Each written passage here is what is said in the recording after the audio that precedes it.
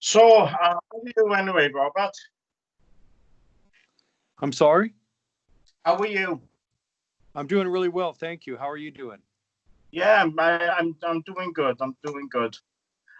So Where where how's where things are been you? with you? You're in the United Kingdom. Whereabouts are you? I'm in Wales, South Wales. Do you know Cardiff? Yes, I do. Yeah. I live well, not far from there, not far from Cardiff.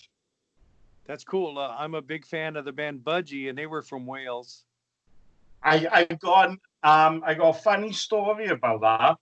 Right about Budgie. Me and my mate, uh, we had a band and all that. We released an album, and we were looking for a drummer. And I had this phone call from Steve Williams. I was kind of, what the hell is this? So he said, "Yeah, I'm interested in joining your band." And I was like, "Oh, what? Really?"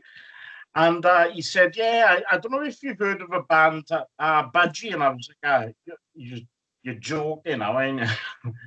And he turned around and he said, "No, no, I was, I'm the drummer in Budgie." And when we went to meet up, he had to cancel because they decided to go on a tour. So, Wow. yeah, so yeah, Budgie's not far away from us. Yeah, I they were one of my original influences, and I just love those guys. And a gentleman in New Zealand, Chris Pike, wrote several biographies on them, and I'm reading one right now. It's called In Pecking Order. It's about their dynamic middle years.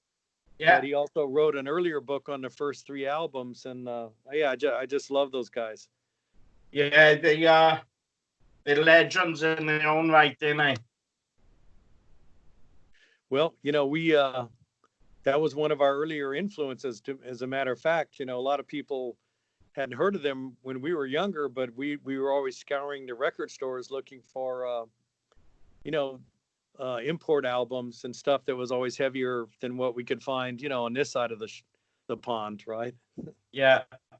Well, I think Metallica brought them back out in the open when they done the Garage Days, when they done the album and they done a cover of Bread Fan.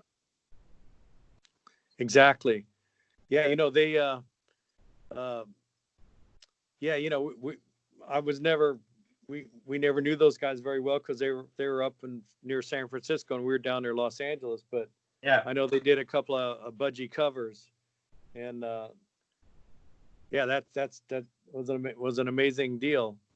So hey, I remember I did an interview. Did I do an interview with you for the magazine? Because I did a written interview also too. yeah, you done one for myself, yeah, for therapy through a lens. Perfect. Well, I'm here. Anything you need to ask, I'm here for you. No, brilliant, absolutely brilliant. So anyway, I was the rest of the band been keeping during these difficult times.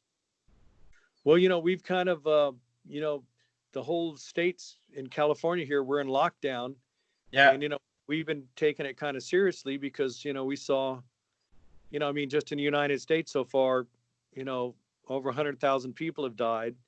yeah, And, a lot of people think it's just old people, but in up in Seattle, Washington, there's a lot of people in emergency room on life support that are all in their 30s. So, yeah, it's not just old people. And so we were kind of, taking a break for the first time since we got back together. So we're still in contact, and we've been working on a bunch of projects together and stuff, but we just haven't really, got together and practice as a group because we play in a small room. But yeah. I think really soon we're going to start getting back together because we're working on some new material and stuff. And but every one of us, I've been going down to the band room and playing my drums, and all the other members, they can practice. Tim can sing in the shower, of course. But yeah, no, we're doing okay. We're a little bit bummed out because like every musical act. I mean, all of our shows have been canceled or postponed, but Yeah, the hope is that we come out this stronger on the other end. I mean, that's what the hope is. yeah. With me doing these interviews, that's the majority of why everyone's saying that they just want to get on with it now and get out and start doing gigs and all that. So they're missing it. Yeah, certainly. But, we're also, there's a lot of people that are, suffered the ultimate fate. They died, and so, I mean, that's the thing is we want to get back together and start playing again. And we want to start playing our shows, but we also want to make sure that, it's not a mass casualty event, Yeah, definitely, definitely. So Forever Black was released this year. I think it was April. Yes, April 24th. And we were supposed to play in Germany at a big festival they have there every year, the Keep It True Festival. Yeah. We were going to play 2 nights, which is unprecedented. They never had a band play 2 nights headlining, and we were going to do one night the whole new album, and the other night a bunch of our stuff off our other albums. But yeah, that was one of the first casualties that went down. Yeah. So, kind of a bummer, but we're still excited, about the album. And the joke was a lot of people are trapped in their house. Maybe they have more time to listen to music. So funny you should say that, because I don't switch my TV on now until about 5, 6 o'clock in the evening, because all I do is listen to music, because I've discovered so many new bands. It's unbelievable. And then you listen to them, you think, oh my God, these are good. Yeah, it's definitely given us a lot more free time than we had before. Yeah. Can you tell me a bit about how long it took for you to write the album and record it, and whereabouts you recorded it?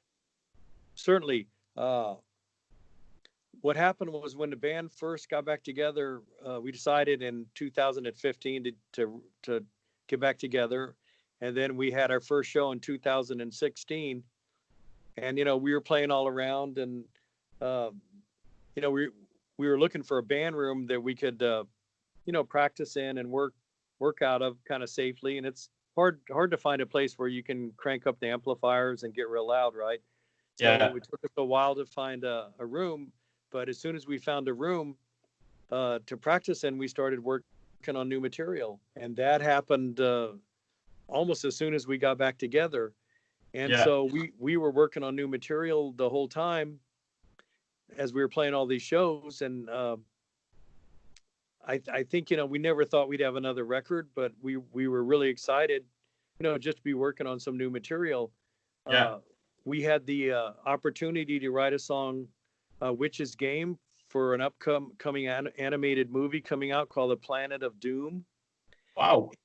And when that, we released that as a single, and when the single came out, everyone that reviewed it said, hey, these guys are back, and, this new song sounds really good. Hopefully they'll have another full album. And so as soon as we heard people were, not asking for that, but at least almost every other review said, we hope there's more coming after this, it kind of gave us a green light to work on the new record. Oh, brilliant. So at the end of last year, we had a live album, our first live album that ever came out, I'm Alive. It came out on Metal Blade Records. And during that time, like the last part of the year, we were in the studio recording it, and we recorded it at a place called the Captain's Quarters. And that's owned by Armand, who's the guitarist in Night Demon. And our bass player and manager, Jarvis, he's also he's the bass player in Night Demon also too. And so, it was really convenient for us. We're friends with the whole Night Demon team, and, being able to record in the studio was really close to our band room, and it just was very convenient. And, if you have a good working relationship with someone at the recording studio, it always seems to work out better in the end. And so we finished up the album like almost, it was down to the wire, because we were trying to get it finished so it could be manufactured in time for the Keep It True appearance. So I think it was the last day of 2019, December 31st, everything was final, and everyone signed off on it, and they started manufacturing it. So little did we know that everything was going to be shut down. Knowing us, we would have probably drug it out for another 6 months. Well, funny enough. If people didn't read that Budgie book of when they did their album In for the Kill, supposedly Burke Shelley, the bass player, he was in the studio and they were mixing it down, and the other guys were out in the tour bus getting ready to take off to go play, and they're going, hurry up, and he goes, well, hey, I'm still mixing down the album. And I think every band always goes through that dilemma. It's like you never feel that it's completely done, and you always want to keep working on it, but then you run up against a deadline, and sometimes that makes a decision for you. Going on to the promotional side of it, have you had any difficulties because of this COVID-19, or have you still been able to promote the album decently rather than going out and touring on it? But have you had any problems with promotional? Yeah, I don't think so, because the internet's, everyone's on the internet, and Metal Blade, the first thing they put up one of the songs on the album, Legions Arise. They released that as a single, and they put it up on YouTube, and then they put the whole album up on YouTube, and it's almost coming up on close to 100,000 views. So wow. And we've done once again, we got nothing else to do, so we've done lots of interviews, and we've seen a lot of reviews on the album, and everything's been pretty positive. So I think it's been good. I always felt that our band, if enough people could listen to us or hear about us, I think we always could have had a little bit more commercial success. Yeah. Because we're always kind of on underground labels and independent labels. We never really were on a major label until, Metal Blade back in the days was a small independent label, but now they're more like a major record label. So being on them, I think, has been pretty fortunate for us, because they have the reach to get out and actually, promote the album, not only distribute it, but promote it, farther than we could if we were doing it on our own. So I don't think none of this has actually interfered with the promotion of the record. Although I do think if we were out playing, I think it would, give it a boost, because the new material was really strong, and we were playing, and it was really heavy, and we just couldn't wait to get on stage and share it with everyone. And just then all of a sudden, the rug's pulled out from everyone, and but at least we got to take some time off and reflect on not only ourselves but our music, and I think that was a good thing. But like you said, I hope it's over soon, right? Yeah, it's one of the things which I'm missing is going to concerts, reviewing them and photographing them. I'm missing it so much, and I know that bands are as well. I know it's all about the safety and all that, but you can't beat live music, and it's just something which I never thought I would miss it as much as what I have done, to be honest. Yeah, no, it's horrible, but like I said, the last thing anyone wants to do is go out and be in a situation where you're around thousands of people, and especially at our concerts, we're kind of like a band of the people. We, like, at almost every show, we do signing sessions, and we'll meet a lot of our friends and fans, and you hug them and you shake their hand, you sign the record, and you haven't seen them in a while, or people that they've been waiting their whole life to see our band, because we're a little bit older. We've been around for so long.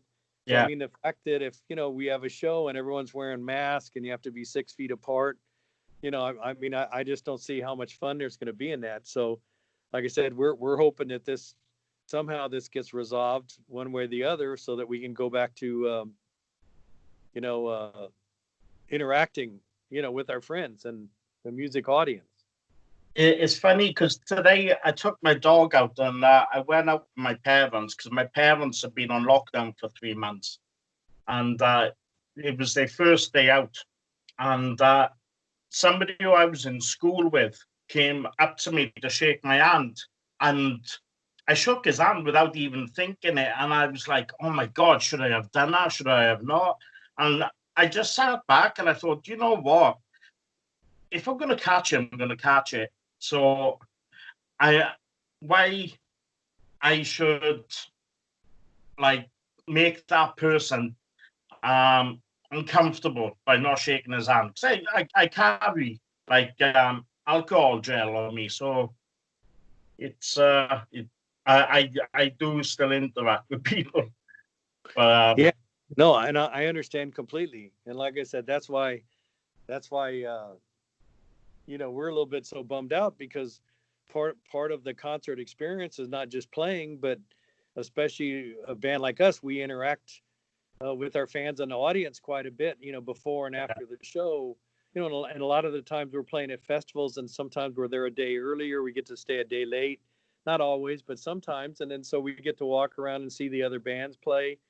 Just walking through the crowd, you'll run into people that recognize you, and you get to meet, new friends from around the world. And like I said, that's part of the uh, excitement and pleasure for us is not just playing the music but sharing it with people. And so like I said, but I think sooner than later, this is going to wind itself down. yeah, Unfortunately, a lot of people are going to get sick, so yeah, hopefully they come up with a vaccine or something. yeah. Hopefully, we are. I think everywhere around the world is open for that.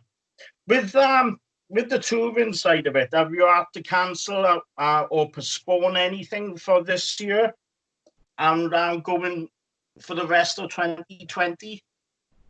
Yeah, well, like I said, we were playing a large festival in Spain at the end of June, and that was canceled. And then the Keep It True has been postponed uh, till next year. And we still have one show left in Mexico, and that's in September, and that's still on the books. But almost everything that we were booked for, I don't want to say they were canceled, but almost everyone just said, "Hey, look, 2020 is going to be like a dead year," so they Yeah, moved everything to 2021. Uh, we're just hoping, when you get to be a little bit older like us, like 1 year out of your life sometimes could be the last year of your life. So we're hoping that we have, we can make it through 2020 and still be around in 2021. So yeah. No, it's like